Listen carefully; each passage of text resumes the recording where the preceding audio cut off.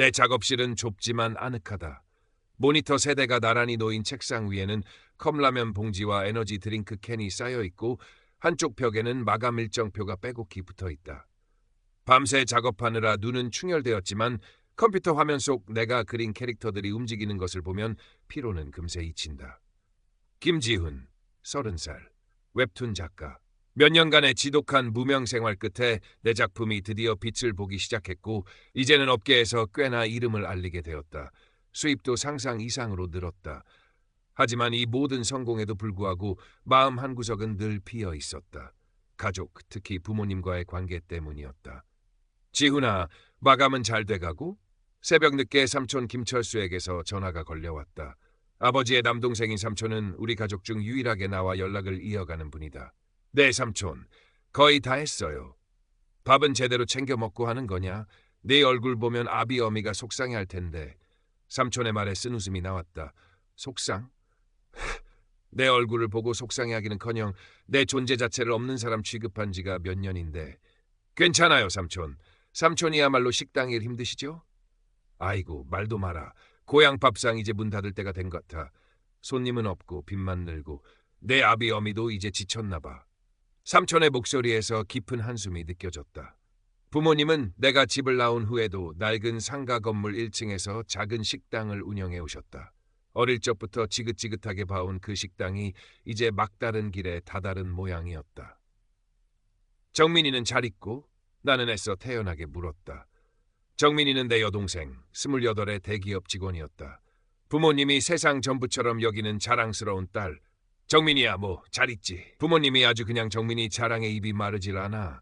이번에 회사에서 승진했다나 아주 동네방네 소문을 다 내고 다녀. 삼촌의 말에 가슴 한쪽이 쿡쿡 쑤셨다. 예상했던 반응이었지만 들을 때마다 아팠다. 부모님에게는 오직 정민이뿐이었다. 나는 그저 공부 못하고 말 안 듣는 천덕꾸러기 아들이었을 뿐. 어릴 적부터 부모님의 편에는 노골적이었다. 정민이는 공부를 잘했다. 시험에서 100점이라도 받아오는 날이면 부모님은 정민이를 껴안고 칭찬하기 바빴다. 동네 사람들에게 정민이 성적표를 자랑하며 어깨를 으쓱거렸다. 하지만 나는 달랐다. 책상에 앉아 문제집을 푸는 대신 공책 귀퉁이에 만화 캐릭터를 그리거나 교과서 여백을 그림으로 채웠다. 부모님은 그런 나를 볼 때마다 한심하다는 눈빛으로 쳐다봤다. 지훈아, 그림 그리는 시간에 공부를 해라. 내 동생 좀 봐라. 저렇게 열심히 하니까 성적이 나오지. 그림 그려서 밥 먹여주냐. 쓸데없는 짓 하지 말고 책이나 봐. 특히 아버지 김영우는 내 그림 도구를 볼 때마다 역정을 냈다. 어머니 박미경은 은근히 나를 정민이와 비교하며 기를 죽였다. 정민이는 알아서 잘하는데 너는 왜 그러니? 그럴 때마다 나는 방구석에 틀어박혀 그림만 그렸다. 그림만이 내가 숨 쉴 수 있는 유일한 공간이었다.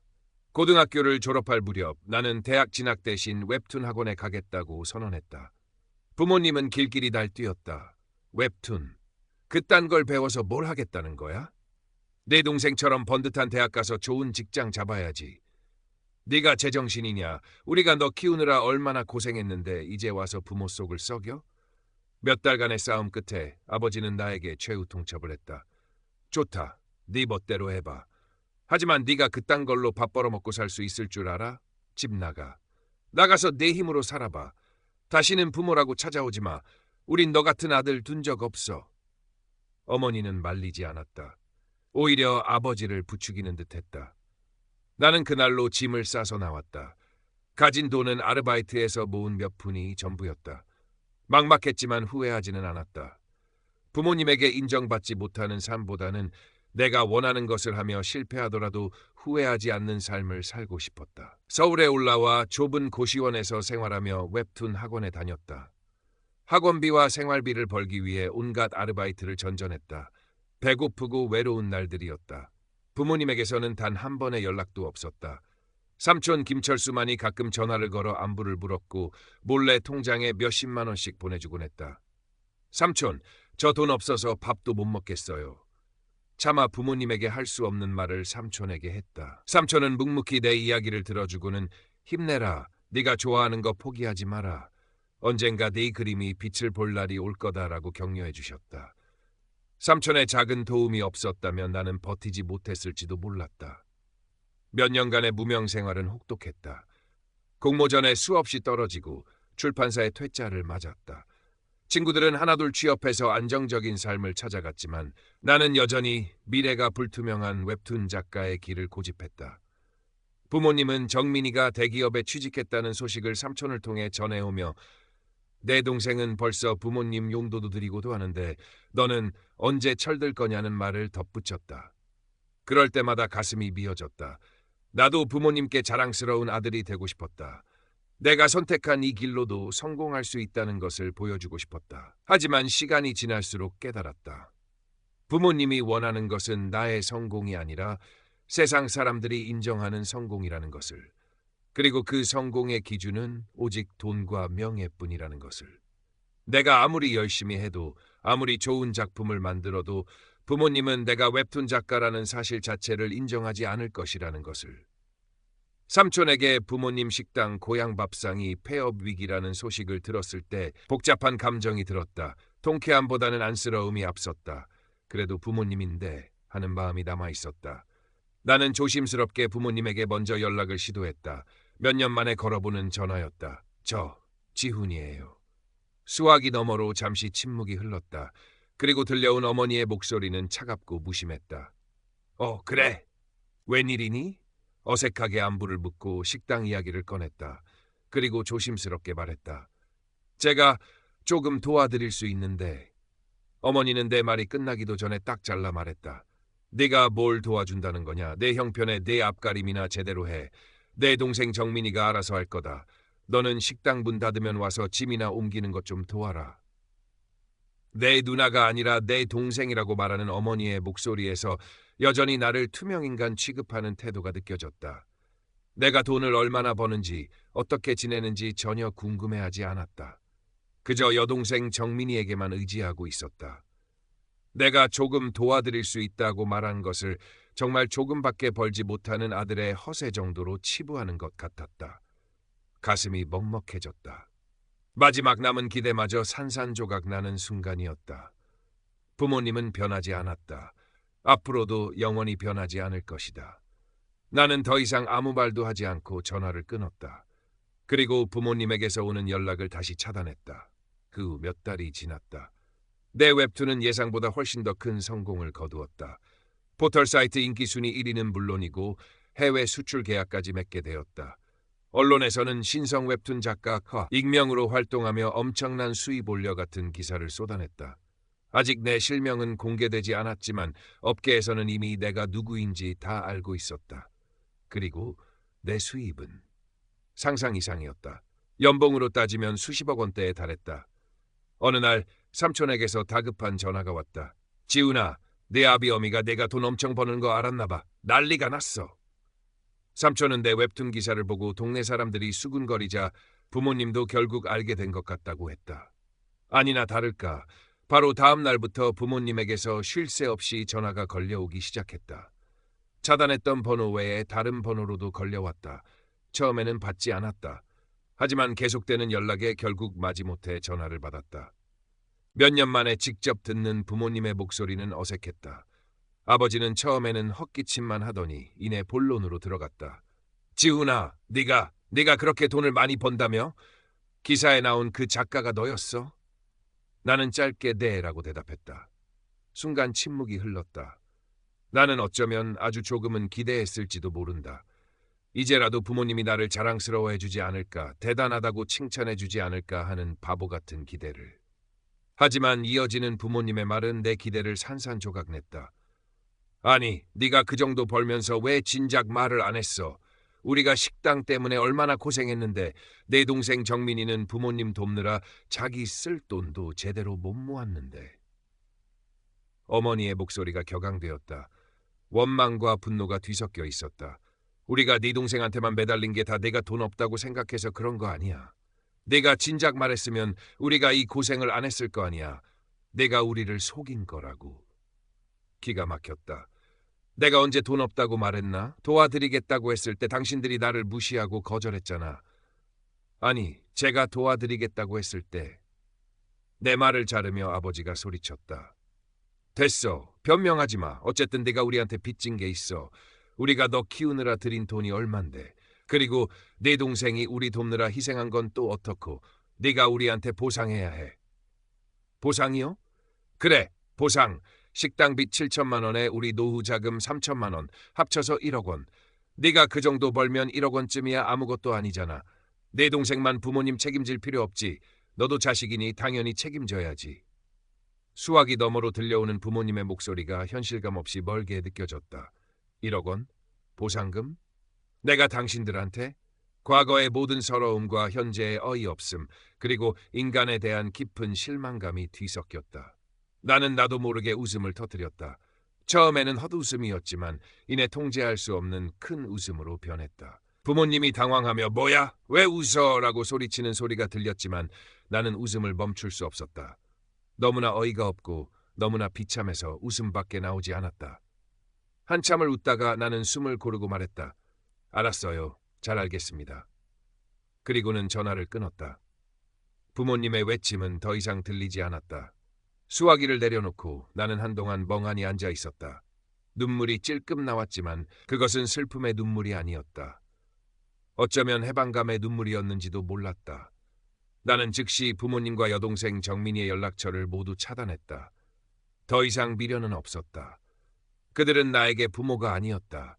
그저 나를 돈벌이 수단으로 보는 이기적인 사람들이었을 뿐. 여동생 정민이에게서 오빠, 부모님한테 너무 심한 거 아니야. 그래도 키워주셨잖아. 나 혼자 부모님 부양하는 거 힘들어 라는 메시지가 왔지만 나는 답장하지 않고 정민이마저 차단했다. 부모님은 포기하지 않았다. 직접 찾아오지는 못했지만 삼촌을 통해 계속해서 연락을 시도했다. 삼촌은 난처한 표정으로 내게 부모님의 이야기를 전해주었다. 내 아비 어미가 아주 그냥 동네방네 내 험담을 하고 다녀. 내가 돈 벌더니 부모 버렸다고, 삼촌인 내가 너를 그렇게 만들었다고. 아주 그냥 소문이 파다하다. 삼촌은 부모님에게서 온갖 비난을 받고 있었다.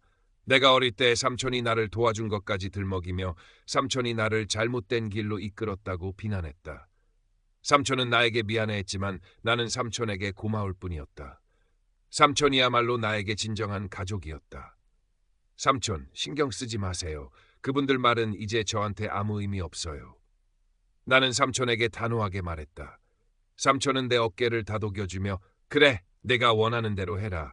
내가 행복한 게 제일이다 라고 말했다. 부모님의 소문은 소도시 특유의 빠른 속도로 퍼져나갔다. 내가 돈을 엄청 많이 벌지만 부모를 나 몰라라 한다는 이야기, 삼촌이 나를 부추겨서 그렇게 되었다는 이야기. 동네 사람들은 수군거렸지만 나는 더 이상 신경 쓰지 않았다. 어차피 그들의 시선이나 평판 때문에 살아온 것이 아니었다. 웹툰 작업은 계속되었다. 마감에 쫓기고 밤샘 작업을 하는 것은 여전했지만 마음은 훨씬 가벼웠다. 더 이상 부모님의 인정이나 기대를 갈구하지 않아도 된다는 사실이 큰 해방감을 주었다. 내가 버는 돈이 부모님의 노후 자금이나 여동생의 부담을 덜어줘야 한다는 의무감에서도 벗어났다. 이 돈은 온전히 내가 노력해서 벌었고 나 자신의 행복과 내가 사랑하는 사람들을 위해 쓸 수 있는 돈이었다. 몇 달이 흘렀다. 계절이 바뀌고 내 웹툰은 여전히 많은 사람들에게 사랑받고 있었다. 나는 작업실을 조금 더 넓은 곳으로 옮겼고 어시스턴트도 몇 명 더 고용했다. 바쁜 일상 속에서도 삼촌과는 꾸준히 연락하며 지냈다. 어느 날 삼촌과 함께 저녁 식사를 하기 위해 만났다. 삼촌은 여전히 작업복 차림이었지만 얼굴은 전보다 편안해 보였다. 우리는 고향 밥상이 아닌 동네의 다른 식당에서 마주 앉았다. 삼겹살에 소주 한 잔을 기울이며 이런저런 이야기를 나눴다. 내 아비 어미는 아직도 정신 못 차렸어. 정민이한테 계속 돈 달라고 하고 내 욕하고 다니고 정민이도 아주 그냥 지쳐서 죽으려 하더라. 삼촌의 말에 여동생 정민이가 떠올랐다. 부모님의 기대에 맞춰 대기업에 들어가고 부모님을 부양해야 한다는 부담감에 시달리는 정민이. 어쩌면 정민이도 부모님의 또 다른 피해자일지도 모른다는 생각이 들었다. 부모님의 편애가 정민이에게는 사랑이 아니라 짐이 되었을 수도 있었다. 하지만 나는 더 이상 그 문제에 깊이 관여하고 싶지 않았다. 각자의 삶은 각자가 책임져야 하는 것이었다. 삼촌, 저는 이제 괜찮아요. 그분들 일은 더 이상 저랑 상관없어요. 나는 잔에 남은 소주를 털어넣으며 말했다. 삼촌은 그런 나를 물끄러미 바라보더니 빙긋 웃었다. 그래, 네가 그렇게 말하니 마음이 놓인다. 내가 어릴 때부터 얼마나 힘들었는지 삼촌은 다 안다. 네가 이렇게 내 힘으로 떳떳하게 잘 사는 모습 보니 정말 자랑스럽다. 삼촌의 진심 어린 칭찬에 코끝이 찡해졌다. 부모님에게서 평생 듣고 싶었던 말이었다. 하지만 그 말은 부모님이 아닌 삼촌에게서 들었다. 진정한 가족은 혈연이 아니라 이렇게 서로를 이해하고 지지해주는 관계에서 비롯된다는 것을 다시 한번 깨달았다. 식당을 나와 삼촌과 함께 밤거리를 걸었다. 소도시의 밤은 조용하고 평화로웠다. 삼촌과 헤어져 작업실로 돌아오는 길, 나는 휴대폰 갤러리를 열어 삼촌과 함께 찍은 사진을 보았다. 투박하지만 따뜻한 삼촌의 미소, 그것만으로도 충분했다. 내 삶에 부모님과 여동생은 더 이상 존재하지 않았다. 과거의 상처는 완전히 아물지는 않았지만 더 이상 나를 워감하지 않았다. 나는 내가 사랑하는 일을 하며 나를 사랑해주는 사람들과 함께 행복하게 살 것이다. 그것이 부모님에게서 벗어나 내가 찾은 진정한 성공이었다. 나는 작업실 문을 열고 들어섰다. 어둠 속에서 모니터의 희미한 불빛만이 나를 맞았다. 책상에 앉아 컴퓨터를 켰다. 새로 시작할 웹툰의 콘티가 화면에 띄워졌다. 이야기는 한 청년이 가족의 반대 속에서 자신의 꿈을 좇아 독립하고 수많은 어려움을 극복하며 성장하는 내용이었다. 내 이야기와 닮아 있었지만 주인공은 나보다 훨씬 용감하고 씩씩했다. 어쩌면 내가 되고 싶었던 모습일지도 몰랐다. 작업을 시작하기 전 잠시 눈을 감고 심호흡을 했다. 과거의 기억들이 파도처럼 밀려왔다.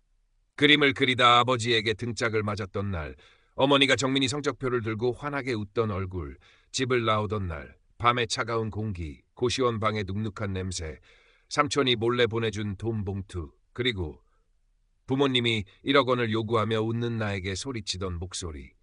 이 모든 기억들이 나를 만들었다. 상처투성이었지만 동시에 나를 단단하게 만들었다. 나는 더 이상 과거에 갇혀있지 않았다. 나는 현재를 살고 있었고 미래를 만들어가고 있었다. 작업실 창밖으로 동이 터오고 있었다.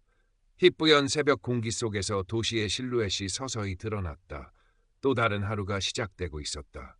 나는 마우스를 잡고 콘티 작업을 시작했다. 캐릭터들의 표정 하나하나에 내 감정을 실었다. 주인공이 역경을 이겨내고 꿈을 향해 나아가는 모습에 힘을 주었다. 작업에 몰두하다 보니 시간 가는 줄 몰랐다. 창밖은 어느새 환하게 밝아져 있었다. 잠시 허리를 펴고 기지개를 켰다. 몸은 피곤했지만 정신은 맑았다. 냉장고에서 에너지 드링크를 꺼내 마시며 잠시 숨을 돌렸다. 문득 휴대폰을 확인했다. 부모님이나 정민이에게서 온 연락은 없었다. 당연한 일이었다. 나는 그들을 완전히 차단했고 그들도 더 이상 나에게 매달리지 않는 것 같았다. 어쩌면 그들도 나름대로 현실을 받아들이고 있을지도 몰랐다. 아니, 어쩌면 여전히 나를 원망하며 동네 사람들에게 험담을 하고 있을지도 몰랐다. 하지만 상관없었다. 그들의 삶은 그들의 것이고 내 삶은 나의 것이었다. 삼촌에게서 문자가 와 있었다. 오늘 점심 같이 할까? 내 좋아하는 순댓국 먹으러 가자. 나는 환하게 웃으며 답장을 보냈다. 좋아요, 삼촌. 이따 봐요. 삼촌은 내가 웹툰 작가로 성공한 이후에도 변함이 없었다. 비싼 선물을 사드리려 해도 손사래를 치며 내 돈은 네가 써라. 삼촌은 네가 잘 지내는 것만으로도 충분하다고 말씀하셨다. 삼촌은 정말로 돈이나 명예에는 관심이 없었다. 오직 내가 좋아하는 일을 하며 행복하게 사는 것만을 바랐다. 그런 삼촌의 존재가 나에게는 큰 위안이자 버팀목이었다. 점심시간에 맞춰 삼촌이 작업실 근처로 오셨다. 우리는 함께 순댓국집으로 향했다. 식당 안은 점심을 먹으러 온 손님들로 북적였다. 구수한 순댓국 냄새가 코끝을 스쳤다. 테이블에 마주 앉아 순댓국을 기다리며 삼촌과 이런저런 이야기를 나눴다. 내 아비 어미 식당은 결국 문 닫았어. 삼촌이 조용히 말했다. 예상했던 일이었지만 막상 들으니 기분이 묘했다. 어릴 적부터 봐온 그 낡은 식당이 이제는 사라졌다는 생각에 시원섭섭했다. 정민이는 어떻게 지내요? 나는 조심스럽게 물었다. 정민이? 글쎄, 부모님 때문에 스트레스 많이 받는 것 같더라. 부모님이 계속 돈 이야기하고 내 욕하고 정민이한테 네가 부모님 도와야 한다고 압박하고 정민이도 힘들겠지. 삼촌의 말에 정민이의 얼굴이 떠올랐다. 어릴 적 정민이는 항상 부모님의 기대를 한몸에 받는 아이였다. 공부도 잘하고 예의도 바르고 시키는 대로 뭐든지 잘했다. 나는 그런 정민이가 부러우면서도 한편으로는 안쓰러웠다. 정민이는 부모님의 틀 안에서 벗어나지 못하는 새장 속의 새 같았다. 그리고 이제 그 새장은 정민이에게 무거운 짐이 되어버린 것이다. 정민이도 자기 삶이 있는데 나는 혼잣말처럼 중얼거렸다. 그래, 부모님은 그걸 몰라. 자식은 자기 소유물이라고 생각하시지. 네가 어릴 때 그랬던 것처럼 정민이도 자기 인생이 있는데 말이야. 삼촌은 따뜻한 눈빛으로 나를 바라보며 말했다. 삼촌은 나의 고통을 이해해 주었다. 부모님에게 인정받지 못하고 버려졌던 나의 상처를. 순댓국이 나왔다. 뜨끈한 국물을 한 숟가락 떠먹으니 속이 풀리는 것 같았다. 매콤한 양념장을 넣어 섞고 깍두기를 얹어 먹었다. 오랜만에 먹는 순댓국은 맛있었다. 어릴 적 삼촌이 종종 사주셨던 기억이 났다. 삼촌, 그때 저 힘들 때 도와주셔서 감사했어요. 나는 진심을 담아 말했다. 삼촌은 대수롭지 않다는 듯 웃으며 말했다. 뭘 그런 걸 가지고. 가족끼리 당연한 거지. 가족, 그 단어가 새삼스럽게 다가왔다. 부모님은 나를 버렸지만 삼촌은 나를 가족으로 여겨주었다. 혈연보다 중요한 것은 마음이라는 것을 삼촌을 통해 배웠다. 식사를 마치고 계산을 하려는데 삼촌이 먼저 카드를 내밀었다. 오늘은 삼촌이 사는 날이다. 네가 맛있는 거 많이 사주잖아. 나는 고집 부리지 않고 삼촌이 계산하게 두었다. 삼촌의 작은 배려가 감사했다. 식당을 나와 삼촌과 함께 잠시 걸었다. 햇살이 따뜻했다. 삼촌은 곧장 철물점으로 가야 한다며 먼저 일어섰다. 지훈아, 건강 잘 챙기고 너무 무리하지 말고. 네, 삼촌도요. 또 연락드릴게요. 삼촌과 헤어져 작업실로 돌아오는 길, 나는 발걸음이 가벼웠다. 부모님과의 관계는 완전히 끝났지만 나에게는 삼촌이 있었다. 나를 믿고 지지해주는 삼촌. 그것만으로도 나는 충분히 행복했다. 작업실에 돌아와 다시 컴퓨터 앞에 앉았다. 콘티 작업을 이어갔다. 주인공이 가족의 반대를 무릅쓰고 도시로 떠나는 장면을 그렸다. 낡은 가방 하나만 들고 기차에 오르는 청년의 뒷모습. 쓸쓸해 보였지만 동시에 희망에 차 있었다. 마치 과거의 나처럼. 시간은 빠르게 흘렀다. 내 웹툰은 성공 가도를 달렸고 나는 유명세를 얻었다. 방송 출연 섭외도 들어왔지만 나는 정중히 거절했다. 얼굴이 알려지는 것은 부담스러웠고 그저 조용히 내 작업에만 집중하고 싶었다. 수입은 상상을 초월할 정도로 늘었지만 내 생활은 크게 달라지지 않았다.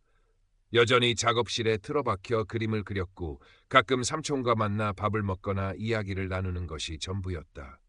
부모님과 여동생에게선 여전히 연락이 없었다. 가끔 삼촌에게서 그들의 소식을 들을 뿐이었다. 식당 폐업 후 부모님은 경제적으로 더 힘들어졌고 여동생 정민이에게 의존하는 정도가 심해졌다고 했다. 부모님은 여전히 나를 원망하며 동네 사람들에게 험담을 하고 다녔지만 이제는 그 소문도 시들해진 모양이었다. 사람들도 이제는 누가 잘못했는지 대충 짐작하고 있을 터였다. 어느 날 삼촌이 조심스럽게 내게 물었다. 지훈아, 내 아비가 너한테 혹시 돈 이야기 또 하디? 나는 고개를 저었다. 차단했으니 할 수 없었다. 아니요, 연락 안 해요. 다행이다. 혹시라도 또 연락 와서 귀찮게 하면 삼촌한테 말해라. 삼촌이 가서 혼내줄 테니까. 삼촌의 말에 웃음이 나왔다. 덩치는 작지만 깡다구 있는 삼촌이 부모님을 혼내는 모습을 상상하니 통쾌했다. 괜찮아요, 삼촌. 이제 그런 걸로 신경 쓸 일 없어요. 나는 진심으로 말했다. 이제 부모님의 말이나 행동은 나에게 아무런 영향도 미치지 못했다. 그들은 내 삶에서 완전히 지워진 존재들이었다. 웹툰 작업 외에 새로운 취미가 생겼다. 사진이었다. 어릴 적 그림만큼이나 좋아했던 사진, 비싼 카메라를 사고 주말마다 도시의 풍경이나 사람들의 모습을 찍으러 다녔다. 사진을 찍는 순간만큼은 작업의 스트레스나 과거의 상처를 잊을 수 있었다. 렌즈를 통해 세상을 바라보는 것이 좋았다. 세상은 내가 생각했던 것보다 훨씬 아름답고 다채로웠다. 하루는 삼촌에게 내가 찍은 사진들을 보여드렸다. 삼촌은 사진들을 꼼꼼히 살펴보더니 말했다. 오, 지훈아, 내 그림만큼이나 좋네. 네 눈에 세상이 참 예쁘게 담기는구나. 삼촌의 칭찬에 얼굴이 붉어졌다. 부모님에게서는 단 한 번도 들어보지 못한 칭찬이었다. 부모님은 내가 하는 모든 것을 못마땅했고 내가 잘하는 것조차 인정하지 않았다. 하지만 삼촌은 달랐다. 내가 좋아하는 것, 내가 잘하는 것을 찾아내고 칭찬해 주었다. 삼촌 덕분에 나는 내 재능과 가치를 스스로 인정할 수 있게 되었다. 여동생 정민이의 소식은 가끔 삼촌을 통해 들었다. 정민이는 회사를 잘 다니고 있었지만 부모님과의 관계 때문에 힘들어하는 것 같았다. 부모님은 정민이에게 계속해서 돈을 요구했고 정민이는 그 부담감에 지쳐가고 있다고 했다. 부모님은 정민이가 결혼해서도 자신들을 부양해 주기를 바라는 눈치였다. 정민이는 그런 부모님에게서 벗어나고 싶어 했지만 부모님을 완전히 외면하지는 못하는 것 같다. 어쩌면 정민이도 나름의 방식으로 부모님의 사랑이라는 굴레에 갇혀 힘들어하고 있는지도 몰랐다. 나는 정민이를 이해할 수 있었다. 부모님의 기대에 부응하기 위해 자신의 꿈을 포기하고 안정적인 길을 선택했던 정민이. 그리고 그 선택이 결국 부모님의 재정적 부담으로 돌아온 현실.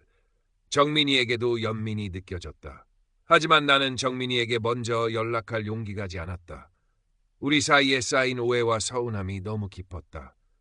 그리고 무엇보다 정민이 역시 부모님의 편에 서서 나에게 부양 책임을 요구했었다. 시간이 더 흘렀다. 1년, 2년. 나는 계속해서 웹툰을 그렸고 성공을 이어갔다. 작업실은 더 넓고 쾌적해졌고 어시스턴트 팀도 꾸려졌다. 혼자 작업하던 외로운 시절은 지나갔다. 함께 작업하는 사람들과 웃고 떠들며 즐겁게 일했다. 삼촌 김철수는 여전히 내 삶의 중요한 부분을 차지했다. 가끔 삼촌의 철물점에 들러 망치질이나 톱질을 배우기도 했다. 삼촌은 서툰 나를 보며 웃었지만 인내심 있게 가르쳐 주셨다. 삼촌과 함께 보내는 시간은 늘 편안하고 따뜻했다. 삼촌은 나에게 아버지에게서 받아보지 못한 부드러움과 지혜를 주었다. 어느 날 삼촌이 내게 조심스럽게 말했다. 지훈아, 내 아비 어미가 요즘 몸이 많이 안 좋으시다는구나. 나는 순간 숨을 멈췄다. 몸이 안 좋으시다니. 그래도 부모님인데 마음 한구석이 찌르르 아파왔다. 하지만 곧 그 감정을 억눌렀다. 그들은 내가 가장 힘들 때 나를 버렸다. 내가 성공했을 때는 돈을 요구했다. 그들에게 나는 아들이 아니었다. 그래서요? 나는 차갑게 되물었다. 삼촌은 내 반응에 조금 놀란 듯했다. 아니, 그래도 부모님인데 한번 찾아가 보는 게 어떻겠냐. 삼촌은 조심스럽게 권했다. 나는 단호하게 고개를 저었다. 아니요, 삼촌. 전 안 갈 거예요. 그분들은 제가 아플 때 찾아오지 않았어요. 제가 힘들 때 도와주지 않았어요. 이제 와서 아프다고 찾아가는 건 의미 없어요. 삼촌은 더 이상 나에게 강요하지 않았다. 그저 씁쓸한 표정으로 나를 바라볼 뿐이었다. 나는 삼촌에게 미안했지만 내 결정을 후회하지 않았다. 나는 더 이상 과거의 상처에 휘둘리고 싶지 않았다. 나를 버린 사람들에게 연연하고 싶지 않았다. 삼촌은 부모님의 병원비 때문에 정민이가 많이 힘들어한다고 전해주었다. 부모님은 여전히 나에게는 연락하지 않고 정민이에게 모든 부담을 지우고 있었다. 정민이는 부모님에게 화를 내기도 하고 울기도 하고 결국에는 부모님의 요구를 들어주기도 하는 것 같았다. 삼촌은 정민이가 안쓰럽다고 했다.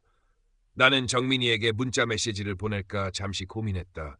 힘들면 나에게 이야기해도 되라고. 하지만 이내 그만두었다. 정민이는 부모님의 편에 섰었다. 나에게 부양 책임을 요구했었다. 그리고 무엇보다 부모님과의 관계는 정민이 스스로 해결해야 할 문제였다. 내가 끼어들 자리가 아니었다. 시간이 더 흘러 부모님 중 한 분이 위독하다는 소식이 들려왔다. 이번에도 삼촌을 통해서였다. 아버지가 갑자기 쓰러지셨고 병원에 입원하셨는데 상태가 좋지 않다고 했다. 삼촌은 나에게 다시 한번 병원에 가보라고 권했다. 마지막일지도 모른다고. 심장이 빠르게 뛰었다. 아버지, 나를 낳고 길러준 아버지, 나에게 그림을 그리지 말라고 호통치고 집에서 나가라고 소리쳤던 아버지, 내가 성공했을 때 돈을 요구했던 아버지, 그 아버지가 죽을지도 모른다고 했다. 갈등했다. 가야 할까? 이대로 영영 보지 못하면 후회하지 않을까? 하지만 곧 마음을 다잡았다. 후회?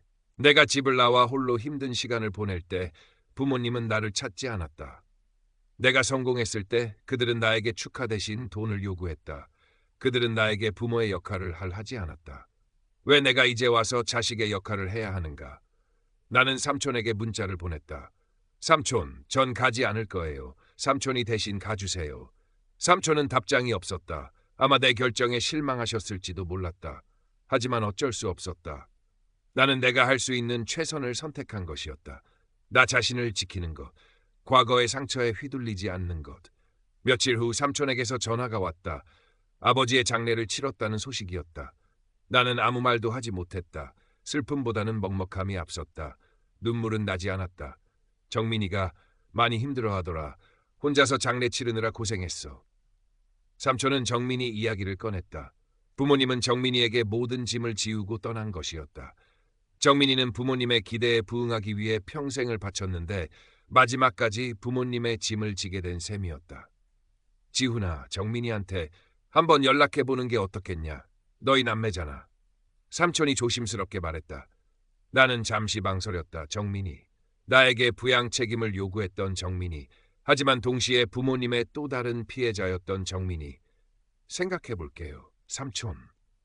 나는 즉답을 피했다. 삼촌은 더 이상 권하지 않았다. 아버지의 장례를 치른 후 부모님과 나 사이를 잇던 마지막 끈이 완전히 끊어진 느낌이었다. 물론 그 끈은 이미 오래전에 끊어져 있었지만 이제는 물리적으로도 그럴 일은 없을 터였다. 나는 다시 작업에 몰두했다. 슬픔이나 후회 같은 감정에 휩쓸리고 싶지 않았다. 그림을 그리는 동안만큼은 모든 것을 잊을 수 있었다. 내 웹툰은 여전히 인기가 많았고 새로운 프로젝트 제안도 계속 들어왔다. 나는 바쁘게 지내며 과거의 그림자에서 벗어나려 노력했다. 몇 달 후 정민이에게서 예상치 못한 연락이 왔다. 차단했던 번호가 아닌 다른 번호였다. 오빠, 나 정민이야. 짧은 문자였다. 나는 잠시 망설이다 답장을 보냈다. 무슨 일이야? 오빠, 우리 만나서 이야기 좀 할 수 있을까? 정민이가 나를 만나고 싶어 한다니 놀라웠다. 부모님이 돌아가시고 나서야 나를 찾는 정민이의 속셈이 궁금했다. 혹시 부모님의 빚이나 남은 문제 때문에 나에게 도움을 요청하려는 것일까? 아니면 정말로 나에게 할 말이 있는 것일까? 고민 끝에 정민이를 만나기로 했다. 약속 장소는 사람들이 많은 카페였다. 정민이는 약속 시간보다 먼저 와서 나를 기다리고 있었다. 오랜만에 보는 정민이는 많이 지쳐 보였다. 얼굴은 수척했고 눈가에는 그늘이 져 있었다. 부모님의 죽음과 그 후의 문제들로 많이 힘들었을 것이다. 우리는 마주 앉았다. 어색한 침묵이 흘렀다. 먼저 입을 연 것은 정민이었다. 오빠, 미안해. 정민이는 예상치 못한 사과를 했다. 뭐가? 그때 부모님이 오빠한테 돈 달라고 했을 때 나도 오빠한테 책임 있다고 말한 거 미안해. 정민이는 고개를 숙였다. 부모님이 나한테 너무 압박했어. 오빠가 돈 많이 번다는 거 알고 나한테 계속 오빠 설득하라고 오빠가 부모님 도와야 한다고 나도 너무 힘들어서 그냥 부모님 말에 동조해버렸어. 정민이의 목소리가 떨렸다. 사실 나도 부모님 때문에 힘들었어. 오빠는 그림 그리는 거 좋아했잖아. 나는 뭘 좋아하는지도 모르고 그냥 부모님이 하라는 대로 공부만 했어. 좋은 대학 가고 좋은 회사 취직하고 부모님은 그걸 자랑스러워했지만 나는 행복하지 않았어. 정민이는 눈물을 글썽였다. 부모님은 내가 안정적인 삶을 살기를 바랐지만 사실은 나를 부모님 노후 대비 수단으로 생각했던 것 같아. 오빠가 돈 많이 번다는 거 알고 나한테 지우던 부담을 오빠한테 넘기려고 했잖아. 그때 깨달았어. 아, 나도 결국 부모님한테 이용당하고 있었구나. 정민이는 오빠의 성공을 보며 부러움과 함께 자신이 포기했던 꿈과 자유에 대한 상실감을 느꼈다고 했다. 그리고 부모님이 오빠에게 돈을 요구하는 모습을 보며 부모님의 사랑이 얼마나 조건부적이고 이기적인지를 비로소 깨달았다고 했다. 정민이의 이야기를 들으며 마음이 복잡했다. 정민이 역시 부모님의 잘못된 양육 방식의 또 다른 피해자였다. 부모님의 편애는 정민이에게도 상처를 남겼던 것이다. 오빠, 이제 부모님도 안 계시고 우리 남매밖에 안 남았잖아. 우리 다시 잘 지낼 수 있을까? 정민이가 조심스럽게 물었다. 나는 정민이의 눈을 바라보았다. 정민이의 눈에는 진심과 후회가 담겨 있었다. 하지만 나는 쉽게 대답할 수 없었다. 정민이의 사과는 진심처럼 느껴졌지만 우리 사이에 쌓인 시간과 상처가 너무 깊었다. 정민이가 부모님의 편에 서서 나에게 상처를 주었던 순간들이 쉽게 잊히지 않았다. 정민아, 나는 어렵게 입을 열었다. 내 마음은 알겠어. 네가 부모님 때문에 힘들었다는 것도 이해해. 정민이의 얼굴에 희미한 희망이 스치는 듯했다. 하지만 나는 말을 이었다. 하지만 우리가 다시 예전처럼 지낼 수는 없을 것 같아.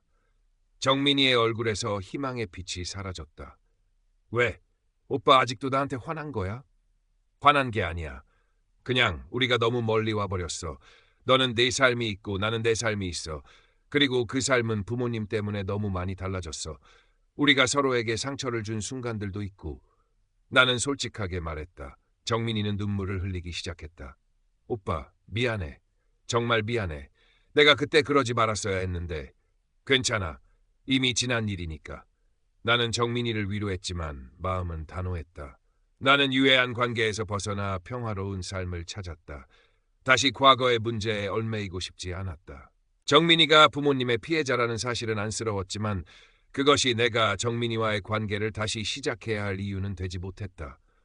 정민아, 우리는 남매니까 아주 끊고 살 수는 없겠지. 하지만 자주 보거나 연락하는 건 힘들 것 같아. 각자 자기 삶을 살자. 서로에게 방해가 되지 않게. 나는 냉정하게 들릴 수 있는 말을 했다. 정민이는 고개를 푹 숙이고 울었다. 나는 정민이에게 손수건을 건네고 조용히 기다렸다. 정민이는 한참을 울고 나서야 고개를 들었다. 눈은 빨개져 있었지만 표정은 조금 진정된 듯했다. 알았어, 오빠. 오빠 마음 이해해. 내가 잘못했으니까. 오빠가 원하지 않으면 나도 오빠한테 먼저 연락하지 않을게. 정민이는 힘없이 말했다. 우리는 더 이상 할 이야기가 없었다. 나는 자리에서 일어나 계산을 하고 카페를 나섰다. 정민이는 여전히 자리에 앉아 있었다. 카페를 나와 햇살 아래 섰다. 정민이의 눈물과 사과 그리고 나의 단호한 결정. 마음이 무거웠지만 후회는 없었다. 나는 내가 옳다고 생각하는 대로 행동했다. 그 후로 정민이에게서 다시 연락은 오지 않았다. 나 역시 먼저 연락하지 않았다. 우리는 서로의 삶에서 다시 멀어졌다. 남매라는 이름만 남은 관계. 어쩌면 이것이 우리에게 최선일지도 몰랐다. 나는 다시 작업실로 돌아와 그림을 그렸다. 웹툰 속 주인공은 가족의 반대를 이겨내고 성공했지만 가족과의 관계는 회복되지 않았다. 하지만 주인공은 슬퍼하지 않았다. 자신을 지지하는 사람들과 함께 새로운 가족을 만들고 행복하게 살았다. 나 역시 그랬다. 나에게는 삼촌 김철수가 있었다. 그리고 나를 믿고 따라주는 어시스턴트 팀이 있었다. 함께 일하고 웃고 떠들고 밥을 먹는 사람들. 그들이 나에게는 새로운 가족이었다. 삼촌과는 여전히 자주 만났다. 삼촌은 정민이와 내가 만났다는 이야기를 듣고는 조심스럽게 물었다. 정민이랑은 잘 이야기했냐? 나는 솔직하게 말했다. 네, 삼촌. 이제 서로에게 기대하지 않고 각자 살기로 했어요. 삼촌은 말없이 나를 바라보더니 고개를 끄덕였다. 그래, 그게 네가 선택한 길이라면 삼촌은 네 결정을 존중한다. 네가 행복한 게 제일 중요해. 삼촌의 말에 다시 한번 감사함을 느꼈다. 삼촌은 나를 있는 그대로 받아주고 지지해 주었다. 부모님과는 너무나 다른 모습이었다. 어느덧 시간이 흘러 나는 마흔을 바라보게 되었다. 내 웹툰은 이제 한국을 넘어 세계에서도 인정받는 작품이 되었다. 수입은 상상할 수 없을 정도로 늘었고 나는 경제적으로 완전히 자유로운 삶을 살고 있었다. 하지만 여전히 작은 오피스텔 작업실에서 그림을 그리는 것을 좋아했다. 돈보다 중요한 것은 내가 사랑하는 일을 하는 것, 그리고 그 과정에서 행복을 느끼는 것이라는 것을 알고 있었기 때문이다. 부모님의 소식은 더 이상 듣지 못했다. 정민이와도 연락하지 않았다. 그들의 삶이 어떻게 흘러가는지 알 수 없었다. 궁금하지도 않았다. 그들은 이미 내 과거의 일부일 뿐이었다. 나는 삼촌과 함께 제주도로 여행을 갔다. 삼촌은 평생 철물점 일만 하며 변변한 여행 한 번 못 가보셨다. 넓은 바다를 보며 삼촌은 아이처럼 좋아했다. 삼촌의 환한 미소를 보니 내 마음도 따뜻해졌다. 삼촌, 앞으로 제가 삼촌 모시고 좋은 곳 많이 다닐게요. 아이고, 뭘 그런 걸 가지고 네 덕분에 호강하는구나. 삼촌은 겸손하게 말했다. 하지만 나는 진심이었다. 나에게 진정한 가족이 되어준 삼촌에게 보답하고 싶었다. 제주도의 푸른 바다를 바라보며 나는 생각했다. 내 삶은 부모님의 편애와 반대 속에서 시작되었지만 결국 나 스스로의 힘으로 여기까지 왔다. 상처도 많았지만 그 상처 덕분에 더 단단해지고 강해졌다. 그리고 무엇보다 나를 진심으로 아끼고 사랑해주는 사람들을 만났다. 성공의 기준은 돈이나 명예가 아니었다. 내가 사랑하는 일을 하며 나를 사랑하는 사람들과 함께 행복을 나누는 것. 그것이야말로 내가 찾은 진정한 성공이었다. 나는 더 이상 과거의 그림자에 갇혀 있지 않았다.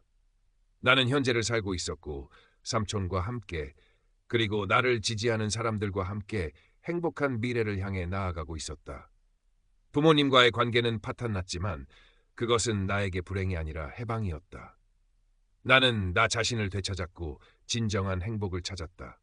내 작업실은 이제 단순히 일하는 공간을 넘어 나에게는 성소와 같은 곳이 되었다. 과거의 나를 지워내고 새로운 나를 만들어낸 공간. 낡은 책상과 모니터들은 여전히 그대로였지만 그곳에서 탄생하는 이야기들은 수많은 사람들에게 기쁨과 감동을 선사했다. 어느 날 우연히 인터넷 뉴스 기사를 보게 되었다. 소도시 낡은 식당, 추억 속으로 사라지다. 부모님이 운영했던 식당 고향 밥상 건물이 재개발로 철거되었다는 내용이었다. 사진 속에는 폐허가 된 낡은 건물 잔해가 보였다. 어릴 적 그 지긋지긋했던 공간이 이제는 완전히 사라졌다는 생각에 마음이 이상했다. 슬픔도 기쁨도 아닌 그저 텅 빈 느낌. 그 식당은 나에게 부모님의 편애와 나의 고립 그리고 꿈에 대한 반대의 상징이었다.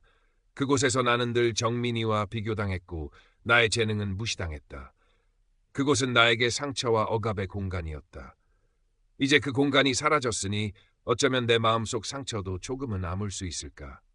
기사를 보고 나서 나는 삼촌에게 전화를 걸었다. 삼촌은 이미 알고 있는 듯했다. 네, 아비 어미는 다른 곳으로 이사 가셨어. 정민이가 작은 아파트 구해줬다더구나.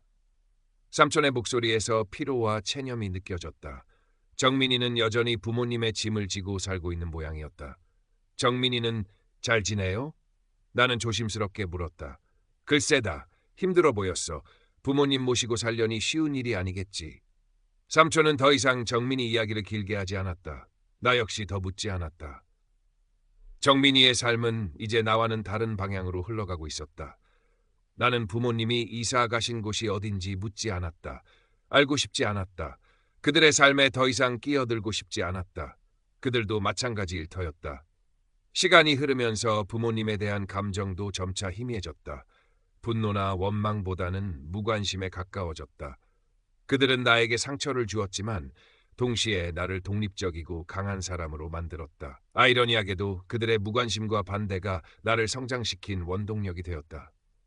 나는 여전히 삼촌과 자주 만났다. 삼촌은 나에게 변함없는 지지와 사랑을 주었다. 삼촌과 함께 맛있는 음식을 먹고 여행을 다니고 소소한 일상 이야기를 나누는 것이 나에게는 가장 큰 행복이었다. 삼촌은 나의 든든한 버팀목이자 내가 선택한 가족이었다. 어느 날 삼촌이 내게 말했다. 지훈아, 내 아비가 내 웹툰을 가끔 본다는 이야기를 들었어. 나는 깜짝 놀랐다. 아버지가 내 웹툰을 본다고? 그림 그려서 밥 먹여주냐며 호통치고 웹툰 작가라는 직업을 무시했던 아버지가? 정말요? 누가 그래요? 동네 사람 중에 내 아비 어미랑 연락하는 사람이 있나 봐. 그 사람이 그러는데 내 아비가 밤늦게 몰래 내 웹툰을 본다고 하더구나. 처음에는 욕하면서 보더니 요즘은 아무 말 없이 그냥 본다고. 삼촌의 말에 가슴 한쪽이 아릿했다. 아버지는 마지막 순간까지도 나에게 제대로 된 인정 한마디 해주지 않았다. 내가 성공했을 때도 돈 이야기만 했다. 하지만 어쩌면 아주 조금은, 아주 작게나마 아들도 나름대로 성공했구나 하고 생각했을지도 모른다는 희미한 희망이 들었다. 하지만 그것은 중요하지 않았다. 아버지의 인정은 더 이상 나에게 필요하지 않았다. 나는 이미 삼촌에게 그리고 나를 사랑해주는 독자들에게 충분한 인정을 받고 있었다. 아버지의 뒤늦은 관심은 나에게 아무런 의미가 없었다. 나는 삼촌에게 말했다. 삼촌, 저는 아버지에게 아무것도 바라지 않아요. 그분들이 저에게 해준 것은 없어요. 저는 이제 제가 선택한 사람들과 행복하게 살 거예요. 삼촌은 말없이 내 손을 잡아주었다. 삼촌의 손은 투박했지만 따뜻했다. 나는 계속해서 그림을 그렸다. 새로운 이야기를 만들고 새로운 캐릭터들을 탄생시켰다. 내 작품 속에는 나의 경험과 감정들이 녹아 있었다. 가족에게 버려졌던 외로움, 꿈을 향한 열정, 역경을 이겨낸 성취감, 그리고 진정한 관계에서 오는 행복. 내 이야기는 많은 사람들에게 공감을 얻었다. 가족 문제로 힘들어하는 사람들, 꿈을 젖으며 외로운 싸움을 하는 사람들, 유해한 관계에서 벗어나고 싶어하는 사람들. 그들은 내 웹툰을 보며 위로를 받고 용기를 얻었다고 말했다. 나는 내가 만든 이야기들이 누군가에게 힘이 된다는 사실에 큰 보람을 느꼈다. 그것이야말로 내가 웹툰 작가가 되기로 결심했던 이유였다. 돈이나 명예보다 중요한 가치. 나는 더 이상 과거의 상처에 얽매이지 않았다. 부모님과의 관계는 완전히 끝났지만 그것은 나에게 새로운 시작을 의미했다. 나는 나 자신을 되찾았고 진정한 행복을 찾았다. 삼촌과 함께, 그리고 나를 지지하는 사람들과 함께 나는 앞으로도 계속해서 나의 이야기를 만들어갈 것이다. 그것이 내가 살아가는 이유였다. 나는 작업실 창밖으로 밤하늘을 올려다보았다. 수많은 별들이 반짝이고 있었다. 마치 내 삶의 여정을 지켜봐주는 듯했다. 어두웠던 밤도 있었지만 그 밤 속에서도 희미하게 빛나는 별들이 있었다. 삼촌처럼, 그리고 나를 지지해주는 사람들처럼. 문득 어린 시절 내가 처음 그림을 그리기 시작했을 때의 순수한 열정이 떠올랐다. 그때는 부모님의 인정이나 돈 같은 것은 생각하지 않았다. 그저 그림을 그리는 것 자체가 좋았다. 하얀 도화지 위에 나만의 세상을 펼쳐내는 것이 즐거웠다. 나는 초심을 잃지 않으려 노력했다. 돈을 많이 벌게 되었지만 그것이 내 작업의 목적이 되어서는 안 된다고 스스로에게 되뇌었다. 내가 만들고 싶은 이야기